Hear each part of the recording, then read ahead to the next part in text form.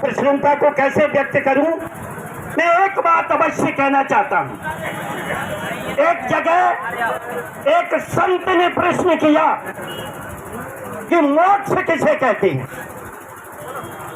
यह बड़ा विलक्षण विषय है।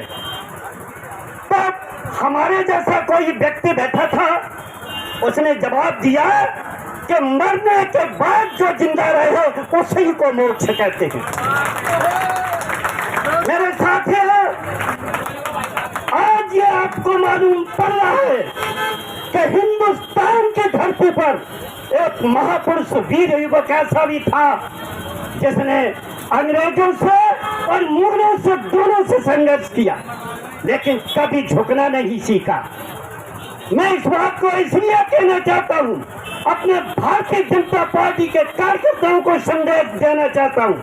मेरे साथियों, महाराणा प्रताप चाहते तो अकबर से संधि कर लेते, लेकिन भूखे रहे, बच्चे भूखे रहे, घास की रोटियां खाई, लेकिन समझौता नहीं किया।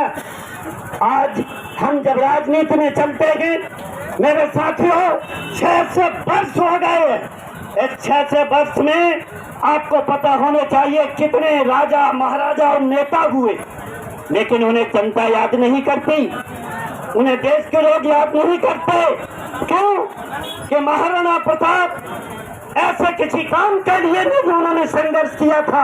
हमारी संस्कृति जिंदा रहे, हमारा भारतीयता जिंदा रहे और हमारा क्षत्रियता जिंदा रहे, इसलिए उन्होंने संघर्ष किया था। मेरे साथियों, आज हम देखते हैं, संक्षेप की बात कही है, लेकिन महाराणा प्रताप के जीवन पर माननीय जिलाधिकारी ने संक्षिप्त प्रकाश डाल दिया। और मैं बोलूं तो कम से कम 1 घंटे का समय है। मंत्री जी कहने लगेंगे कुशवाहा जी को कहाँ खड़ा कर दिया।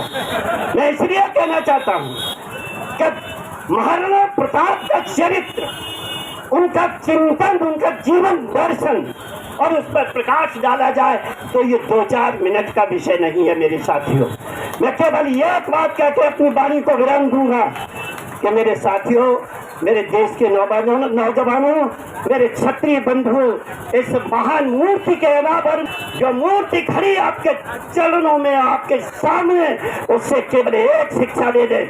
आपने देखा होगा, कोठी आप बहुत लंबी चौड़ी बना के जाए और जिस दिन मौत हो जाए 8 दिन के बाद लड़के चले जाते हैं, क्या करवाते हैं मंत्री जी? अमल दरामद। बड़ी से बड़ी कोठी के लिए लोग भागते हैं दूसरे दिन, यानी कोठी नाम नहीं चलाती। अभी जब मैंने प्रश्न किया था कि मोक्ष किसे कहते हैं, आप देश के लिए जिएंगे, संस्कृति के लिए जिएंगे, राष्ट्रीयता के लिए जिएंगे, आपका नाम अमर होगा और कोठी और करोड़ों रुपए की कारें ये आपका नाम अमर करने वाली नहीं है। मैं ये बात अपने कार्यकर्ताओं को, भारतीय जनता पार्टी के बहादुर नौजवानों को ये संदेश देना चाहता हूँ। और मंत्री जी की मैं प्रशंसा करूँ, मेरी तो समझ में नहीं आता है कहाँ तक बोलूँ और क्या बोलूँ। आप सबको पता है, ये पर्यटन और सांस्कृतिक मंत्री विभाग हम लोग जानते भी नहीं थे मंत्री। अब तक उत्तर प्रदेश में आजादी के बाद से लोग नहीं जानते थे ये भी विभाग होता है, इसमें भी कुछ काम होता है। मंत्री जी ने अपने कार्य के बल पर, अपनी क्षमता के बल पर, अपने पुरुषार्थ के बल पर ये साबित कर दिया कि सांस्कृतिक विभाग और पर्यटन विभाग देश की उन्नति में पहला चरण है। मैं ज्यादा न कुछ कहकर उन्हें बहुत बधाई देना चाहता हूँ। और इस आशा विश्वास के साथ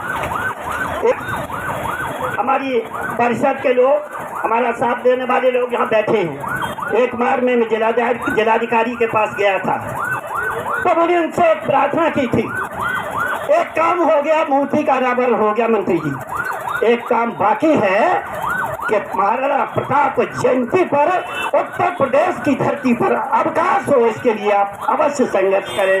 मैं ये आपसे प्रार्थना करके अपनी वाणी को विराम देना चाहता हूँ। जय हिंद।